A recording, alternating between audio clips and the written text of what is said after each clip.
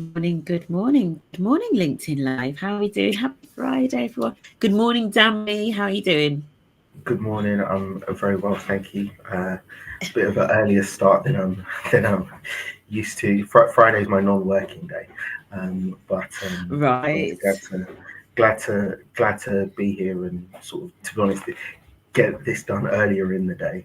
Yeah, So it's not sort of hanging over my head for yeah. but, And non-working day is an interesting one. And for anybody that doesn't know Damini, if you check out Damini's LinkedIn profile, you understand, because it's fair to say I'd call it a portfolio lifestyle, right? You've kind of got, you sort of wear different hats. You've kind of got like your day job, if I put it, stuff that we're going to talk about today, but you wear lots of different hats. So today's a non-working day, which is nice when you can have that level of autonomy, right? yeah, So what absolutely. time are you usually getting up on a Friday? Probably right now, probably about now between now and 9. But Okay. I definitely didn't want to roll out of bed and right into the tea. So, I was up a bit earlier. Cool.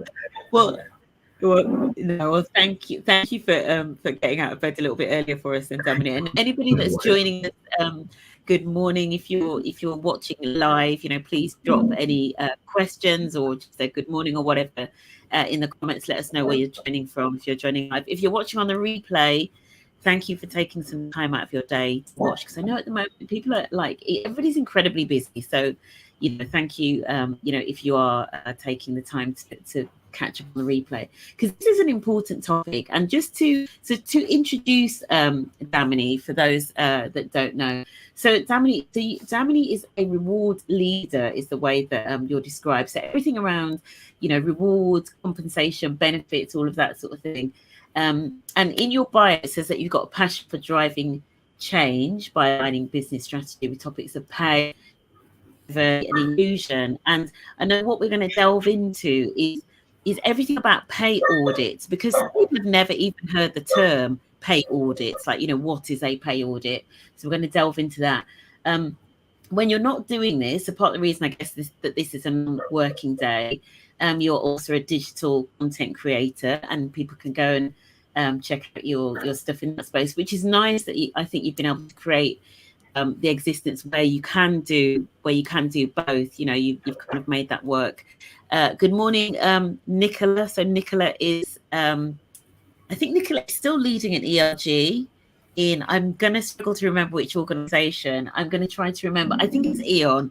Nicola is an ERG leader in Eon, leading I'm going to say maybe the multicultural network. So good morning, Nicola. This is going to be incredibly important. So Damini, one of the things that have done for you, you've been chair/co-chair for an ERG, Channel 4, right? The Collective, Yeah, which is the Black and ethnic minority network. But in terms of reward, so your reward/HR background, you've done that in organisations including Deliveroo, London School of Economics, ACAS, and then going all the way back to like UCL, and Aon as well. So you've been in this space for a long time, kind of the space of reward, pay, etc., which is really interesting. And you're currently at Virgin, so you're currently doing this work at Virgin as well. They're hanging on to you. yeah. What I must say, a little bit of a disclaimer for Damini, that the views that Damini expresses today are his own views and not My own necessarily those personal views. Yeah. of the organisation that he's currently working with. So just tell me a bit about, I've obviously talked about some of the companies that you've worked for in the past. And if anybody's got any specific questions about pay audits, we are going to try to get into, what are they, how can they be helpful, etc. But if you've got any specific questions, please do drop them in the comments. So your background, just tell me how you got into this specific area in terms of pay monitoring and pay reporting. Sure. So I studied HR at university at the London School of Economics, and which was very interesting. And then I was hired into the business shortly afterwards, in the HR department. and became a project coordinator for a big organisational change program. We're changing the job description, salaries, etc. of all their professorial staff. And that was a really, really great, interesting first job, because my key stakeholders were sort of the deputy vice provost and the director of HR at the time. So really high exposure, a very interesting project. But that sort of opened me up into the world of rewards specifically. And then after that, I was a bit afraid of being pigeonholed in the higher education sector. As interesting and as great as my job was, I didn't want to sort of, I guess, pigeonhole myself too early on in my career. And so I went on to get a consulting job in the city, working for a company called McLagan, which was owned by Aon, and essentially did salary surveys there. And this was really sort of my introduction really into pay itself. Kind of salary surveys, what they do is they'll go out to organisations and say, we've come up with all the jobs you can possibly imagine within in that world of the financial services sector. Can you match your people to one of these jobs and give us all the pay information you've got, and we'll turn around and tell you how much this role should be paid. And so we as a company then had a lot of pay data, a lot of pay information. We produce all sorts of reports around pay progression, pay movement, and so on and so forth. And in 2018, I think it was, I can't remember the date now, but the government announced that they were going to start doing gender pay gap reporting. So all organisations with over 250 employees would have to publish their gender pay gap. And I'll get into exactly what that means. But to make a long story short, the consulting firm that I was working for at the time, McLagan, asked me to create a diversity study that would help organisations see and benchmark what their pay gaps were ahead of the legislation coming into force. And that was really my first dive into pay gap reporting. And then pretty much ever since then, all the organisations I've worked for, as the reward specialist or head of reward or reward lead, it's been my job to look specifically into their pay gap reporting. But aside from that, I've had 2 assignments specifically, so one at ACAS and one at Channel 4, where I was requested to look. Well, at ACAS, I was hired specifically to do an equal pay audit there. And when I was at Channel 4, they sort of took some really bold steps in terms of pay gap reporting and wanted to look at it across gender, ethnicity, disability status, and sexual orientation. And again, hired me to kind of look into that and do a deep dive into that. So I guess I've just spent my career then really looking into to pay, equal pay, and so on. And as we've sort of been discussing earlier, I have a lot of interests outside of work, and I've always known that, to be honest, reward probably wasn't going to be what I wanted to do for the rest of my life, compensation benefit. But, certainly as a black man with a passion for diversity and equality, I guess that this was the part of reward and the part of compensation benefits that I felt most affinity to, and I sort of just dived into that career around that. Yeah, I love it. I mean, it's really interesting. So interesting, you said that you studied HR, which that's quite interesting. I was wondering what drew you to kind of studying HR. But as you talked through your experience, especially like starting off at LSE, London School of Economics, I can understand there where, almost like that desire to kind of like understand the data, what is it telling us, etc. That must have been such a good grounding actually for almost like for your entire career, and then your experience at the consultants at Aon, because all of that kind of almost like understanding what you're seeing in the data and what the data is telling you, I think is so important. Absolutely. I'd say it's kind of ironic. I studied it. I actually wanted to study psychology. But I didn't want to leave London. London was sort of my comfort zone, and I was a bit afraid that if I went to a top university outside of London, and I didn't like it, I'd be stuck. Whereas if I'm in London, I can very easily sort of just live and be around London and continue with my existing network. So that was really the driver. But all the unis in London, you needed to have done a science at A level to do psychology, which I hadn't done.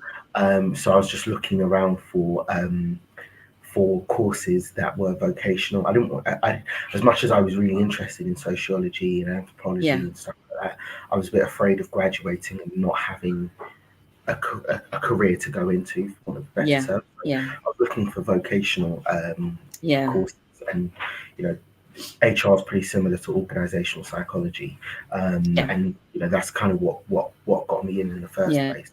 What's also a bit ironic is that I intentionally didn't do a dissertation so that I could avoid stats, because I didn't want to get into the numbers, and so it's kind of ironic how life has panned out. I spent a lot of time in Excel and doing data analytics and so on and so forth. But I guess it's right time.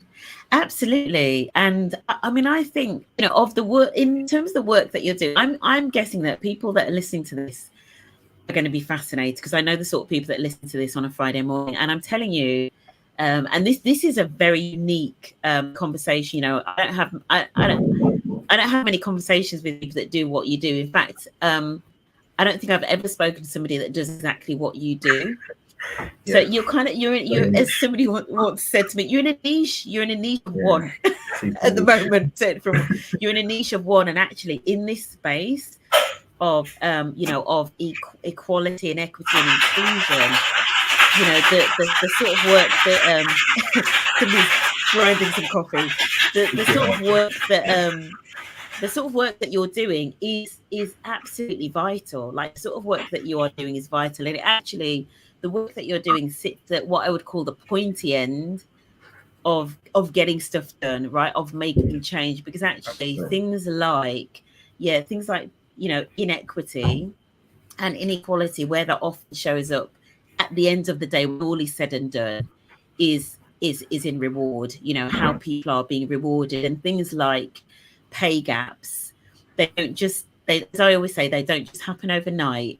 They happen because often, a number of micro decisions that are often quite invisible and can't be seen. So the work that you're doing, I've spoken to people about getting pay audits and things like that, but I myself have struggled to find the individuals that really do the work and that do it well, and talk to you, because reporting the gap is one thing, but the work of it is quite different. So just tell us, what exactly is a pay audit? Are there different types of pay audits? What are some of the benefits? So what exactly is a pay audit? Just tell us a bit about that. Yeah, so I'd say kind of there are two types of pay audits to some extent.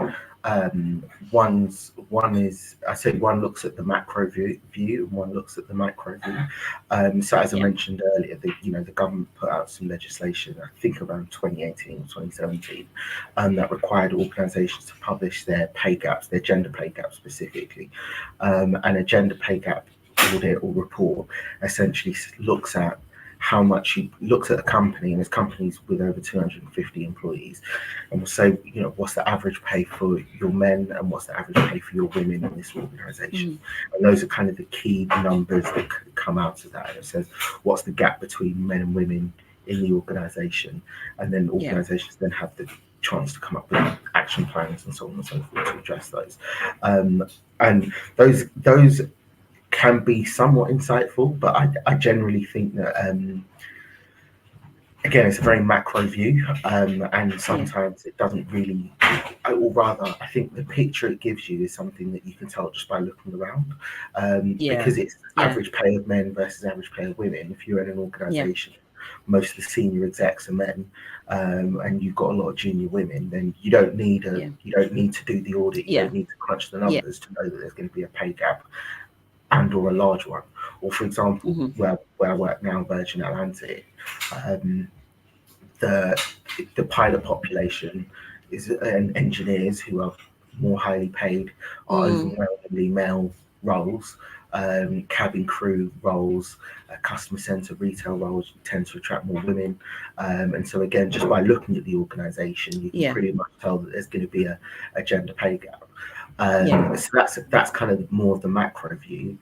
The more micro view, which is kind of what I'm personally a lot more interested in, but isn't a legislative requirement, is an equal pay audit, and that's really around looking at like for like roles, and saying, you know, two people who are doing a job of a similar value, or at a similar level, what's the pay gap between similar skills?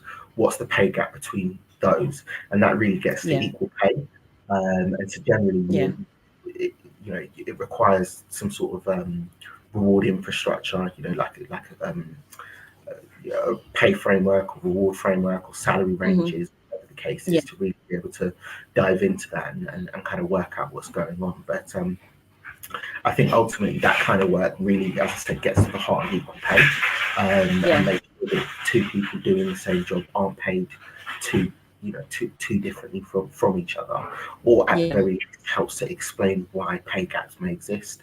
So some of the work that I find in different organizations, you might find in a like for like role, and, just make something up, but let's say an analyst, you might find that, for example, men in that job are actually paid 10% more than women, but there may be reasons for that.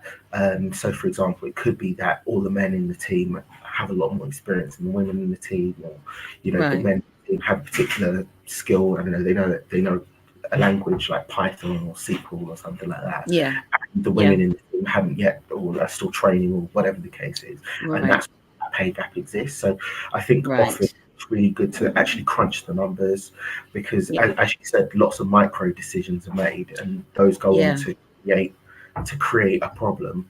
And if nobody ever looks into it, organizations can go on ignorantly making these decisions, for want of a better term. So it really helps to kind of get under things, and also just helps to reassure colleagues that it's something that an organization is taking seriously. It's important. And in turn, I find particularly with equal pay audits often comes some form of pay transparency, and that is really, really important, particularly from in terms of like engagement, employee engagement, survey happiness, and like sort of employee surveys and stuff like that. I'd say also, finally, from a personal perspective, and I spoke about this in an article I was in about a year ago now. But I think as a ethnic minority, specifically, I can speak for myself, but I think minorities in general, whether that's gender or ethnicity or whatever the case is, I think a lot of us are dealing with the trauma of discrimination. A lot of us have been discriminated against at some point in our life, in this country, like covertly, not overtly. And I think when you are overcoming that trauma, if you're in an organization where things are very opaque, where there is no idea of what a pay range is or whatever the case is, very triggering. And when decisions are made and there is no transparency as to why, how, what, as a person, it's very hard not to default back to my trauma, which is, are they discriminating against me because I'm black, or because whatever that may be for you. And I think once you have pay audits, once you show a commitment to transparency, for people in those groups, but for everyone, to be honest, but specifically for minorities, it can be very, very helpful. 100%. Oh my God, so much what you said there. And you mentioned that word pay transparency. So I want to ask you what you mean by that and what that looks like. But just, I've definitely had experiences in my career where I know I've been treated differently. My first role, actually, after I qualified, so I qualified as an accountant from EY, went into my first role. And the role, and I won't say the organisation, and don't look too far back in my LinkedIn. But the role that I went into that should have come with a company car, right? I wasn't offered the car, and it was a couple of years later that my line manager at the time, although he was, we were both relatively, I want to say junior-ish, newly qualified. So he was, the decision didn't really sit with him, but he sort of said to me, he said, you know, you should have been given a car with that role, right? So he was kind of saying to me, and sometimes it's good when you can, you know, if you have allies in the workplace that can say, you know, this is what I'm on, or just having those open conversations, I always is really useful. Tell me what pay transparency looks like when it's done well, just in terms of that, to take away, as you say, because you explained it so well in terms of it would be easy for me then as a black woman to then, when I'm then going into other workplaces, be thinking, oh gosh, I bet they're going to be, you know, trying to pull the wool over my eyes again, you know, because I'm a black woman. So just talk about what pay transparency looks like when it's done well. I mean, it depends on sector to sector, to be honest, but I'd say one of the big things that we're seeing a lot more increasingly is transparency with job adverts. And I think that's probably a really key thing, is just going into a job advert and knowing the range is, I'm just picking numbers out of thin air, but knowing the range is 30 to 40 grand. Can help somebody going into it to know, all right, where do I place myself? And often what a lot of organizations do is ask you for your salary expectations and are completely opaque about what's even on offer.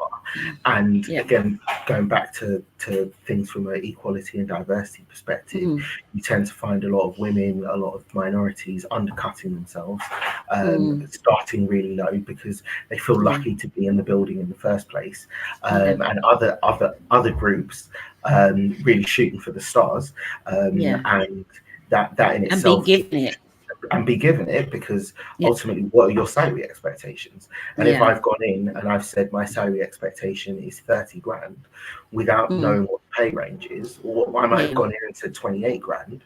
In fact, that's a good example, and that's happened to me before. I've gone into an organization and said, oh, I'll take 28 grand, for example. And they've turned around and said, oh, we'll give you 30. And I thought, oh my gosh, it's fantastic, only to get in and realize that the range was 30 to 40, and I've completely undersold myself. And this really, really early on in my career, but I completely undersold myself just because I didn't have the knowledge, I didn't have the network, I didn't have, you know, these things didn't exist for me. So I'd say that that's probably a big thing. But aside from that, I think even when in role, I've seen lots of organizations, and I think we will be seeing that increasingly in the market, actually have their pay ranges published for employees as they're working. So I know now that I'm in this job as an analyst that the range is 30 to 40 grand. I'm told what it is that will take me to the top of that range. But I also understand that this range exists for everybody within. So I'll give another example, right? I work in the people team in HR. But even within HR, there are different specializations, and each of those specializations will have slightly varying market rates. Where I've seen pay ranges work best is to have just one pay range for all of HR, but acknowledge that there's some roles which have some skills. So again, the kind of role I do, which is very data heavy, lots of analytics. I don't have those. Well, I have a lot of analytical skills, but some skills around programming, Power BI, dashboarding, etc., aren't skills that I have. But I might hire somebody into my team who does, and that person I'm more likely to put at the top of the pay range because of the skills. But I think it provides that knowledge to employees that, you know, whatever's going on, nobody's going to get paid that much more than you.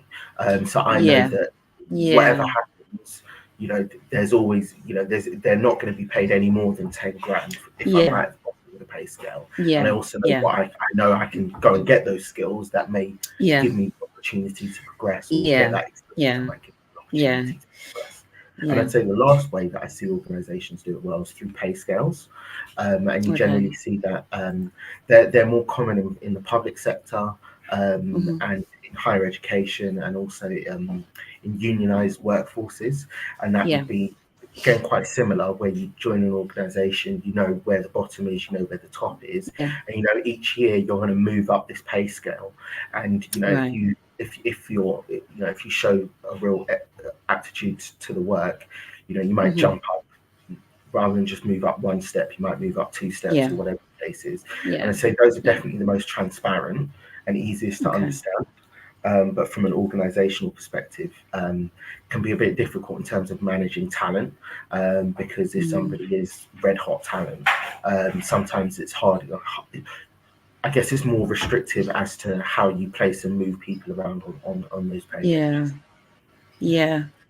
It's such, I mean, honestly, we haven't even really got time to do this topic justice, because the reality is this really links to, you know, one of the top drivers of belonging, of a sense of belonging, is fairness. And that's why this particular topic is so important, because there's something about, you know, if I believe that I am being rewarded fairly, or if I believe that I'm not being rewarded fairly, or if I believe, for example, that, you know, poor performance isn't being managed, or whatever, all of those things combine into, do I feel like I belong? You know, do I feel like I belong in this organization? So this is incredibly important. Something else that you mentioned was pay progression and pay movement. And when I think of things like how pay gaps sometimes build up, you know, you mentioned that initial negotiation on the starting salary, that's one thing. But one of the other things that I remember a lot in a lot of the organizations I've worked in is these discretionary out of cycle pay rises. Is that something that an equal pay audit picks up as well? Like, do you look at that sort of thing or not? Yeah, absolutely. I think that's something I'm always really keen to look into, because when it comes to these out of cycle pay increases, it's usually whoever shouts the loudest or whoever plays the game. And often playing the game means I'm going to quit, or I'm threatening to quit, or whatever the case is. And worrying the organisation, for want of a better term, into providing these pay increases. And again, going back to what I was saying earlier around sort of confidence, for want of a better term, going into organisations, you'll find a lot of ethnic minorities, a lot of women will kind of discount themselves from that, and almost feel, I'm just lucky to be in the building. I'm not going to play the game. I'm not going to agitate things.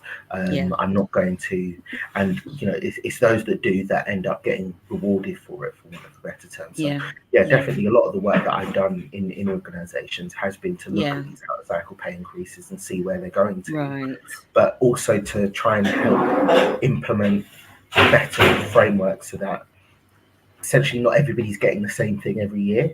I think what tends to happen is more just from an industrial relations perspective. It's a lot easier to say everybody's going to get 2% this year.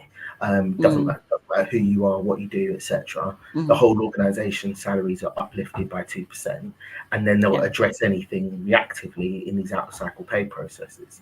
Part of the work that I try to do, and I've done in a lot of organisations, is through the work that I used to do in terms of salary surveys and benchmarking and stuff like that. You get all the market data up front, and you really get an understanding of what's happening in the market, and then in turn you help organisations decide, here's where we need to proactively move. This team needs to move as opposed to this individual.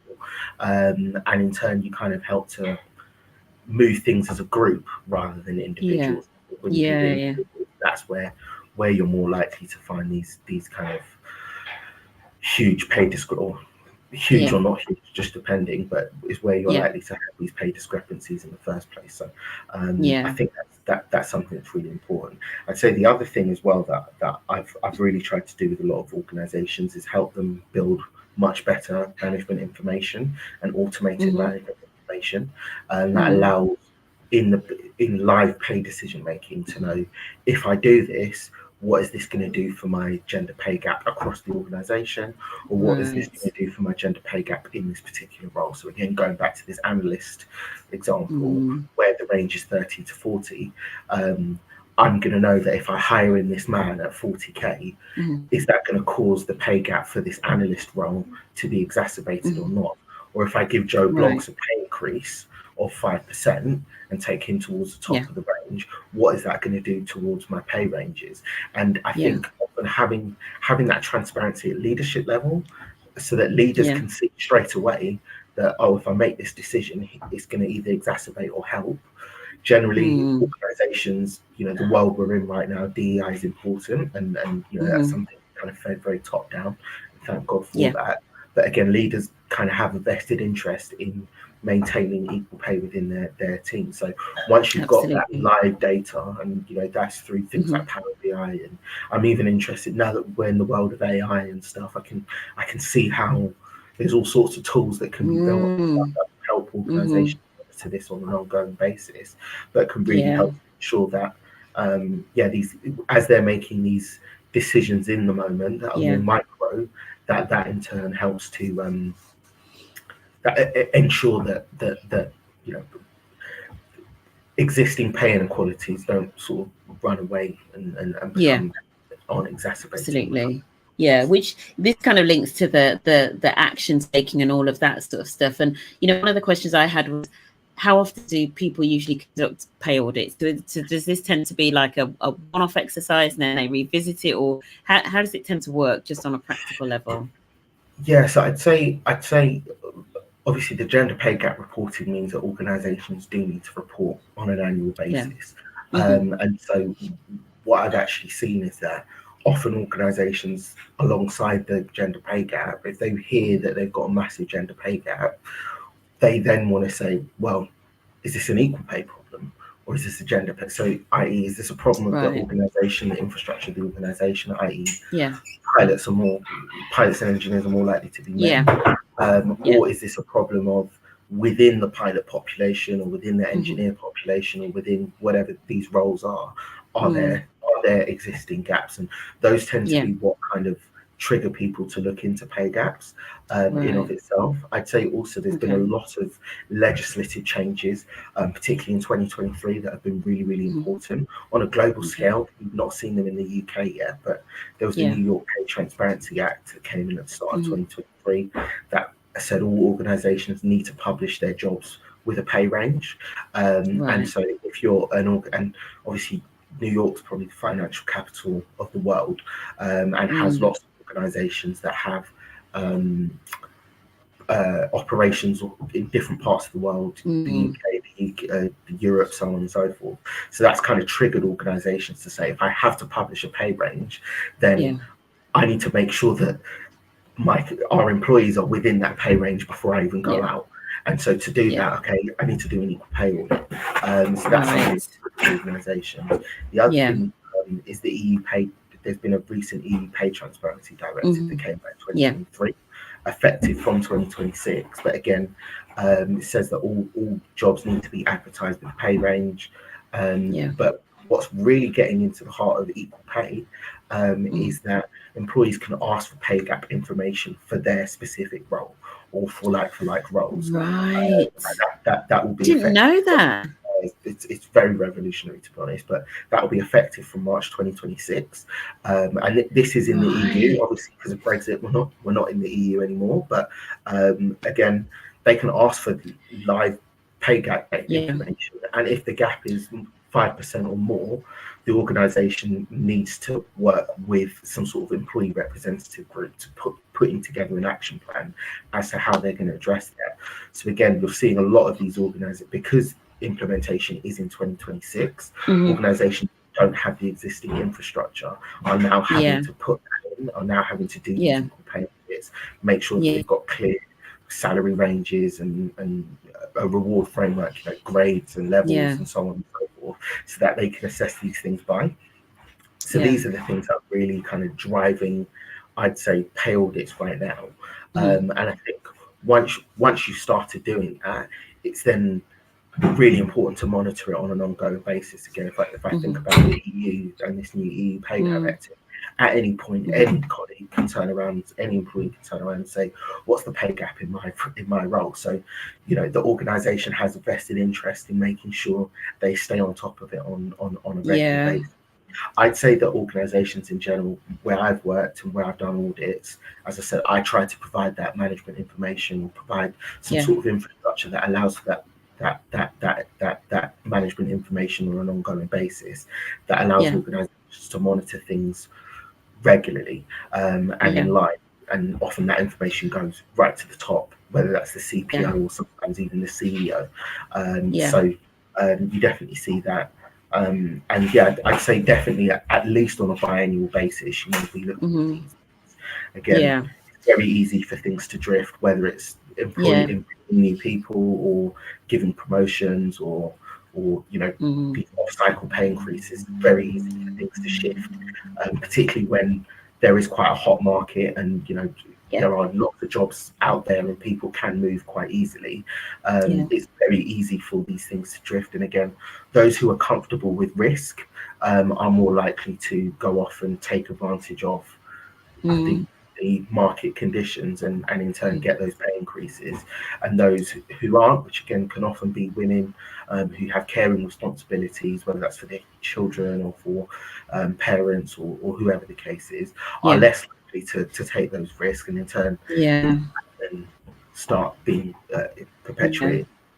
So it sounds like one of the things obviously I wanted to sort of making it really relevant to some of the employee networks and employee network leaders, but it sounds as though there potentially is a role for them to play in terms of, first of all, potentially working with sort of HR and rewards, D&I, etc., around this agenda, and also making employees aware of what they can do, and kind of just almost like being that linchpin in this whole thing. So and it's interesting, obviously, the EU pay transparency I was aware of. I wasn't aware of the New York one, but it's the pressure is only going one way, right? So even though the UK in theory isn't a part of that, but I it's surely if for global organizations, it's going to come, right? I think that's the key thing, right? For these big global organizations, which make up a large percentage of employers in the UK, it's very difficult to justify how and why you're doing that for your colleagues just across the pond, who up until 3 or 4 years ago, we'd all be in the same bucket. I don't know when the Brexit vote was, but up until then, we'd all be in the same bucket. It's quite hard to justify why you would do for them what you're not doing in the UK. And again, with the New York Pay Transparency Act, all these big global financial services companies, a lot of consulting firms and so on and so forth, again, you're going to see your counterparts in New York, in the States, getting these having this pay transparency that you're not. So I think particularly talking about ERGs, it's about that pressure really, because it's kind of like, well, here's what's happening to my left, here's what's happening to my right, why is it not happening here, and kind of sticking it on organizations and being that group that and I think that's what we'll certainly see from trade unions, who often do have that that collective bargaining power that can force organizations to do things. But increasingly, as organizations do start to consult their employees more and take advantage, or not take advantage, utilize their employee resource groups, I can definitely see this as a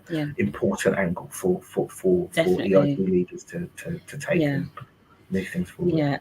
And a lot of ERGs are a lot of ERGs have like a global framework anyway, so the ERGs tend to talk globally, or at least European. Like a lot of ERGs are based on Europe or EMEA as an area. So it's definitely coming for sure. That pressure's going to be there. Just as we wrap up then, because I'm conscious that you've got a busy day to go and continue on with.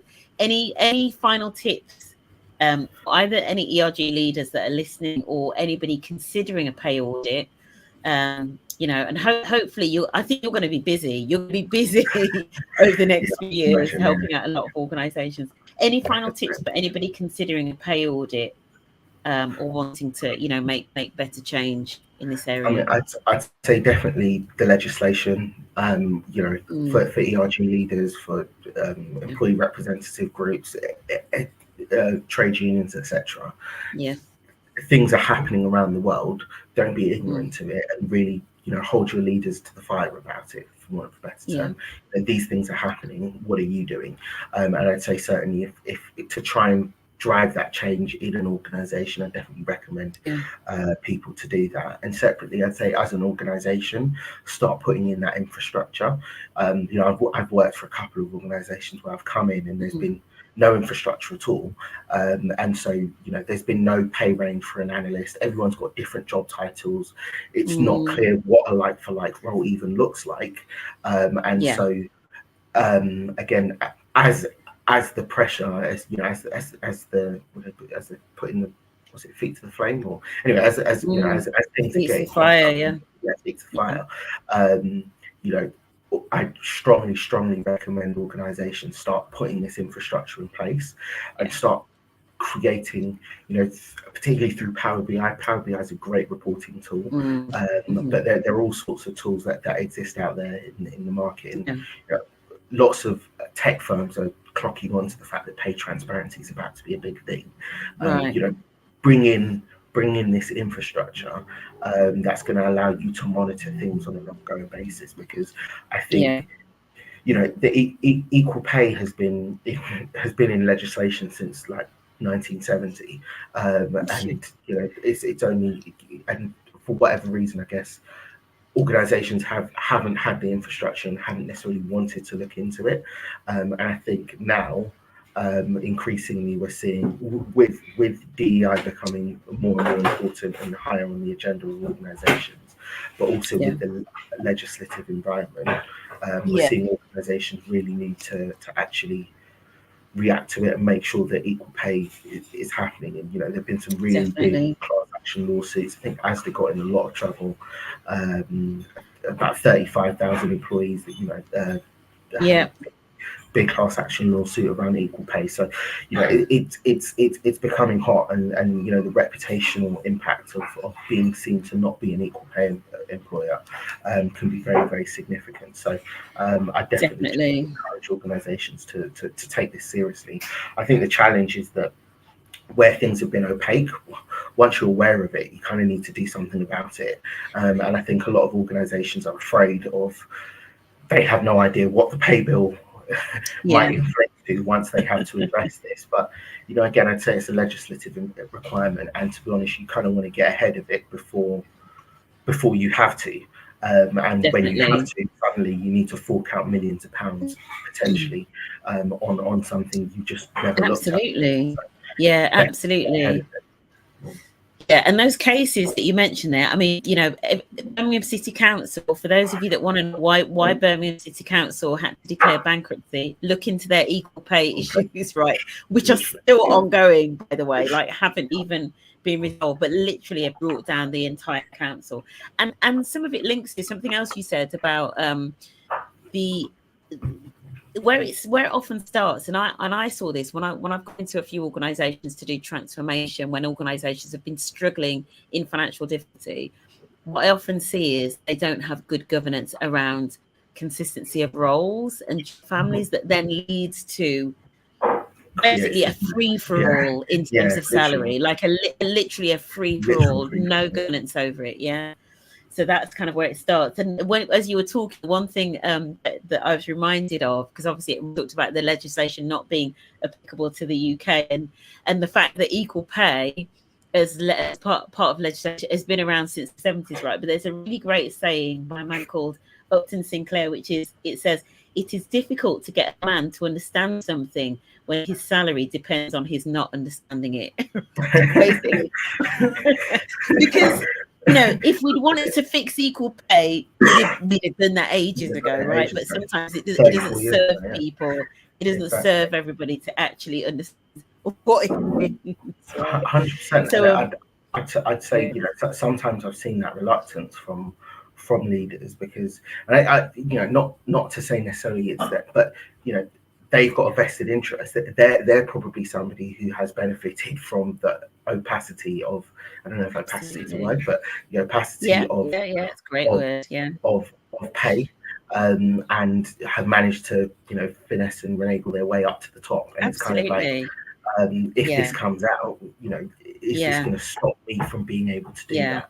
And I think, sometimes it's really about flipping things around, and I think that's what's been very interesting around sort of the rise in the use of engagement surveys, happiness surveys, and really just making belonging and that the like is kind of, and a lot of the work I've done is around sort of linking that to bonus for leaders and executive leaders, and it's really trying to give them that vested interest in equality in the first place, and making sure that people feel that there are equal outcomes. But And I think, Absolutely. fortunately, like I said, a lot the way that the legislative environment is moving around the world, I sort of chuckled as I said that, because I know, you know, the current government is probably not as DEI friendly, for want of a better term, but nevertheless, you know, we are seeing the legislative environment around the world moving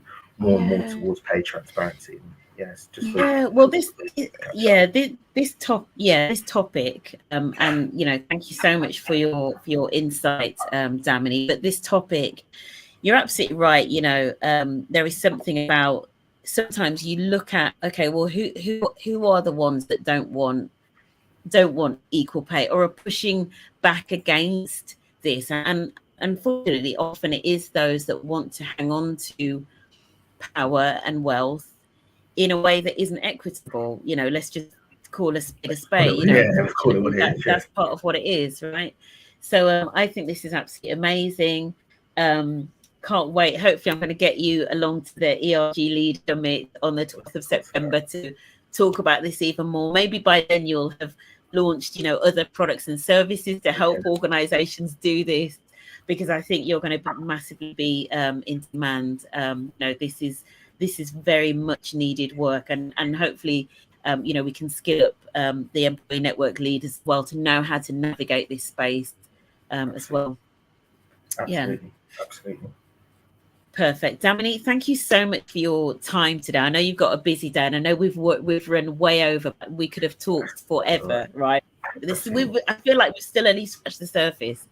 But for those of you that have listened live, thank you again for starting off your Friday mornings with us, or if you're listening on the replay, hope you found it was useful. If you've got any questions about equal pay audit, or you're thinking about getting an equal pay audit done, please do reach out to Damini, who will be able to help you in that regard. All right then, guys. Damini, have a great Friday. Thank you very much. Thank you. All right, take care, guys. Thank you for listening.